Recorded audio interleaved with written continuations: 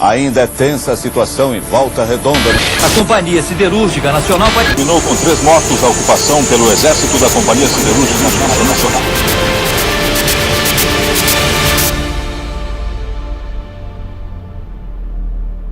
Eu entrei na Companhia Siderúrgica Nacional em 1976. E nessa época eu ainda não sabia, eu nem sabia que tinha ditadura no Brasil. Na verdade, né, como ninguém sabe as coisas, eu era um que não sabia. E comecei a perceber isso por causa de alguns trabalhadores da Companhia Siderúrgica Nacional que, quando a gente via as coisas erradas e comentava, eles diziam, pô, você não pode falar isso, cara, não fala assim, entendeu?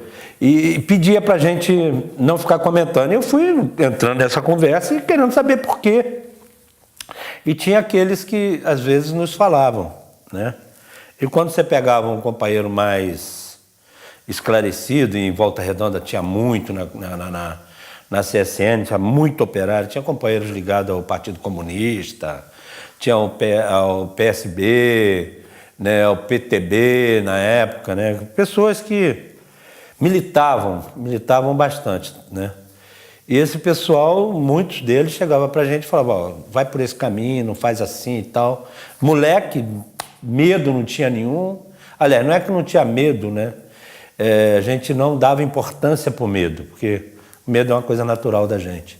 Fomos conhecendo a CSN, fomos sabendo como a CSN operava, como as coisas aconteciam, né? Até que num determinado momento teve um acordo coletivo, né? A época do acordo coletivo, e a CSN apresentou, aliás, perdão, o sindicato apresentou uma gama de propostas assim, mas muitas coisas mesmo, talvez umas 30.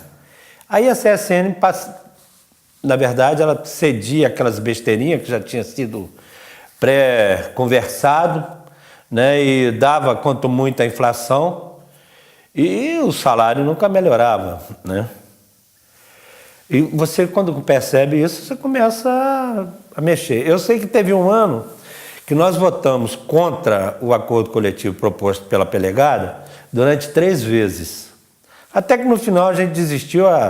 Aqui tinha um negócio chamado participação do lucro, mas o nome era girafa. A imprensa, o comércio anunciava a girafa. Ó, 30 dias da girafa para você sair comprando.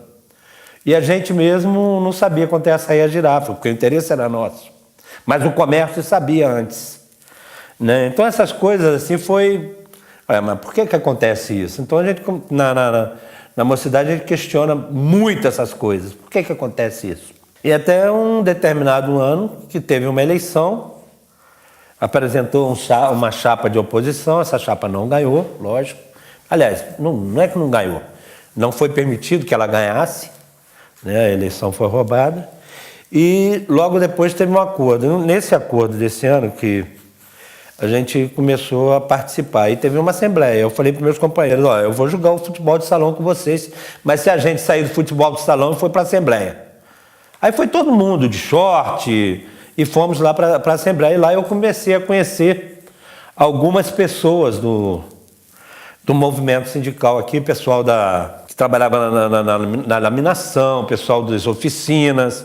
Aí eu comecei a conhecer esse pessoal, foi aí que a gente começou a militância. Nessa época eu tinha já 21 para 22 anos. E aí você começa a conhecer a história. Por exemplo, Volta Redonda, no ato institucional número 1, ou seja, logo no início do golpe de Estado, né, foram 92 trabalhadores demitidos. Em 83, nós tivemos que fazer 3 eleições para poder assumir o sindicato. Ganhamos a primeira, ganhamos a segunda, na terceira a chapa de oposição já não teve mais nem voto. Aí depois foi a outra luta para assumir o sindicato. Pessoal, a diretoria assumia, nego não dava posse. Foi um problema seríssimo, né? Nessa época eu não estava na chapa ainda, ainda era militante. Eu entrei mesmo na diretoria do sindicato, né? Eu já participava desses grupos, como eu falei anteriormente, e entrei na diretoria do sindicato na eleição de 86. Antes da primeira greve que eu participei na CSN, porque tem uma tese que defende que na greve em 64 teve uma greve na CSN, mas a greve efetiva mesmo, que o pessoal parou, e eu concordo com essa tese, tá?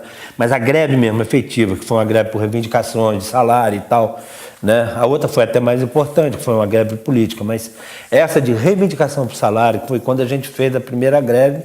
E aí, para fazer a primeira greve de 84, foi um pulo, com pouca organização, mas já reivindicando coisas mais efetivas. A partir do momento que a nossa organização se tornava mais sólida, mais forte, a gente começou a enfrentar coisas mais sérias, né? O Exército, a Polícia Federal, né, vinha para cá, o Exército diversas vezes. Então a gente teve esse ataque das forças reacionárias durante muito tempo, até que a gente chegou na greve de 88, que a gente...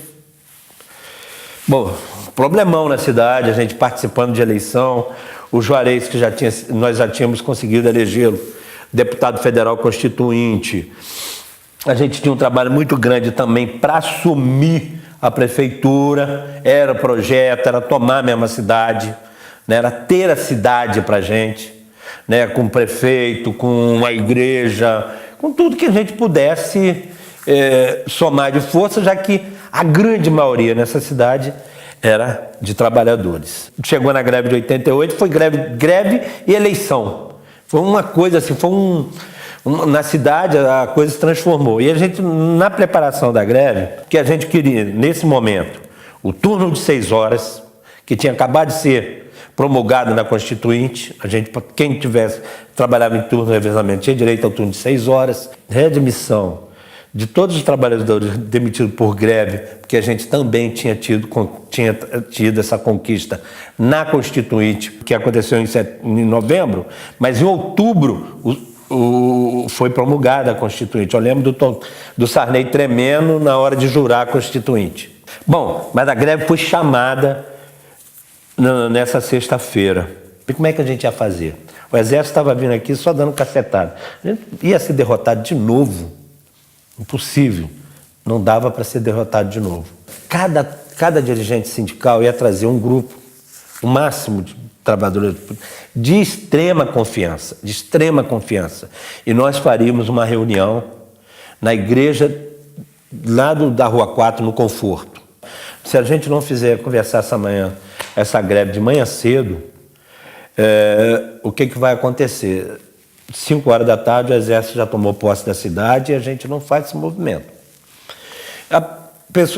Por que nós avisamos? Para o pessoal que eles iam para dentro da usina, eles ajudar a passar isso para os companheiros.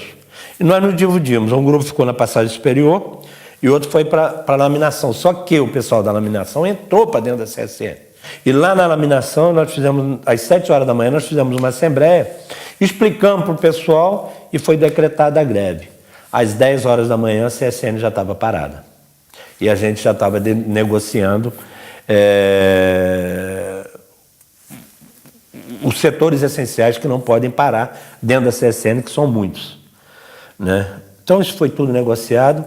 Na verdade, o Exército, quando acordou, a cidade já estava parada. A CSN já estava parada. Ficou um grupo do lado de fora, um grupo do lado de dentro, e a gente negociando. A hora que o Exército chegou, nós entramos para a Cearia, que era um local que a gente tinha total controle. Mas eles tinham gente dentro no nosso meio, né? Tanto é que tinha um telefone lá que eu usava para me comunicar com lá de fora. Eles foram lá, arrancaram o telefone. E foi feito uma estrutura muito grande para não permitir que o Exército entrasse dentro da Cearia. E mais interessante, né, que nessas greves que o Exército vinha, a gente vinha algumas coisas muito... Era pai conversando com o filho, era primo conversando. Os caras servindo no Exército, vindo para reprimir, conversando com o pai, conversando com o primo, com o amigo, que vinha o pessoal de Barra Mansa. Esse dia veio gente de fora. Esse dia eles vieram mesmo para reprimir. E deu no que deu. No dia 9 de novembro, aquelas mortes, né? O assassinato de 3 operários, William, Valmir e Barroso, e muita gente e muita gente ferida na cidade, porque foi um ataque na cidade, né? Tanto é que teve uma organização, né, que nós fizemos, que eu acho fundamental, foi que nós chamamos do Abraço à Volta Redonda. Teve um abraço à Usina Siderúrgica Nacional, perdão. E eu de caminhão percorrendo, não tinha um espaço em todo esse monstro chamado Companhia Siderúrgica Nacional que não tivesse um grupo de pessoas de mãos dadas.